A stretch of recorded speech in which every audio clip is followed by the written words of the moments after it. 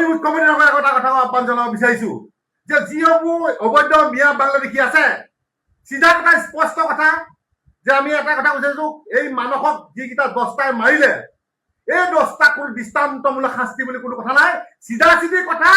ধাৰ ধাৰ ধাৰ ধাৰ ধাৰ এটা বুকু ফুটুৱাই ফুটুৱাই উৰুৱাই দিব লাগে চিধা চিধি কথা আৰু ইয়াৰ পিছতো যিমানখিনি আহি ইয়াত অবৈধ বাংলাদেশী আছেহি আমাৰ আজি মোৰ বন্ধু শৃংখলা কৈ আছে যে প্ৰায় 7,000 বাংলাদেশী বিহুবৰ চন্দকত সোমাই আছে এই গোটেইখিনিকে পৰাপক্ষে দিখনত উটুৱাই দিব লাগে নহলে কিন্তু আমাৰ একদম এটা কাল যেনেকে অমানিশা এটা ৰাতি হবলৈ গৈ আছে কিন্তু অসমখন যেনেকে আমাক বানপানীয়ে যিটো প্ৰলয় সৃষ্টি কৰিলে বলিয়া মানে যিটো যেনেকুৱা এটা ধৰণৰ সৃষ্টি কৰিলে তেনেকে কিন্তু অবৈধ মিয়া বাংলাদেশী কিন্তু এই যি বানপানীৰ আলম লৈ ইয়াত থিতাপি লৈছেহি বিহুবৰ চন্দকত এইখিনিয়ে কিন্তু আমাক খুলি অজগৰ দৰে গিলি খাব অসমৰ জনগণক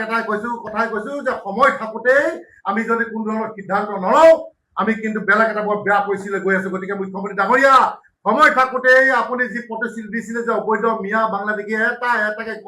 গণি বাংলাদেশলৈ পঠিয়াই দিয়াব অতি শীঘ্ৰে পঠিয়াই দিয়া ব্যৱস্থা কৰক আৰু যিসমূহ উচ্ছেদ আপুনি বন্ধ কৰি থৈছে সেই উচ্ছেদসমূহ খুলি পেলাই অতি শীঘ্ৰে গোটেই উচ্ছেদ চলাবৰ বাবে আমি আহ্বান জনাইছো যোৱা 25 তাৰিখে আপোনালোকে জানে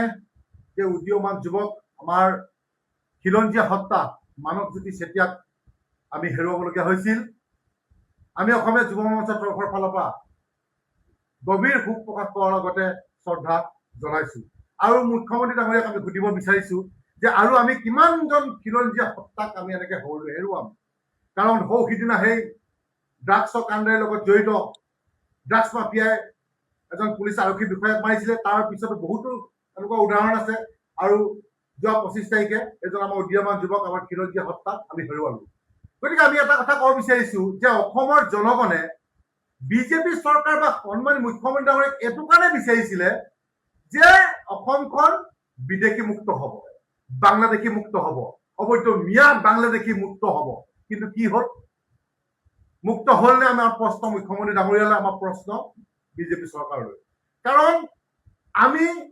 অবৈধ নাগৰিকৰ বিৰুদ্ধে অবৈধ বাংলাদেশীৰ বিৰুদ্ধে সদায় সৰব হৈ আছো এতিয়া আমি যি দেখিছো যে আমাৰো প্ৰাণৰ ভয় আহি পৰিছে গতিকে আমি মুখ্যমন্ত্ৰী এটা কথা ক'ব বিচাৰিছো যে আপুনি তদন্তৰ নিৰ্দেশ দিছে আমি আপোনাক ধন্যবাদ জ্ঞাপন কৰিছো কিন্তু তদন্ত দি তাতে শেষ কৰিলে নহ'ব আমি ইতিমধ্যে আমি নিউজত দেখা পাইছো ছ'চিয়েল মিডিয়াত দেখা পাইছো যে প্ৰায় 10জন অবৈধ মিয়া বাংলাদেশী এই হত্যাকাণ্ডৰ লগত জড়িত হৈ আছে গতিকে এটাকে ধৰি আনি দৃষ্টান্তমূলক শাস্তি বিহিবৰ কাৰণে আমি অসমীয়া যুৱ মঞ্চই দাবী জনাইছো দৃষ্টান্তমূলক শাস্তি মানে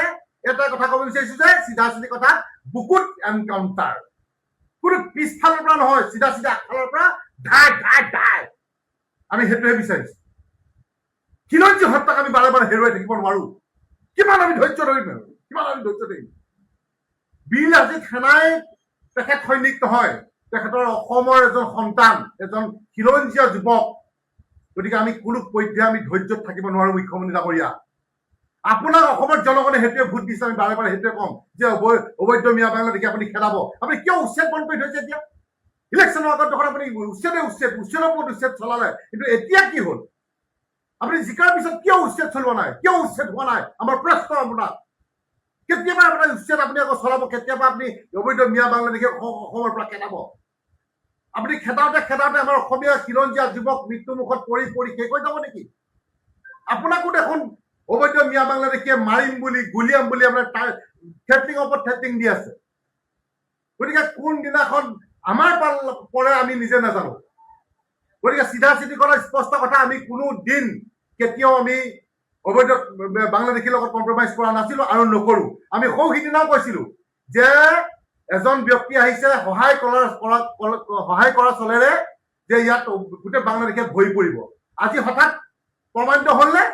কিন্তু কি আছিলে সেই সময়ত কিন্তু আমাৰ নিজৰ খিলঞ্জীয়া কিছুমানে আমাক গালি পাৰিব লাগি গ'ল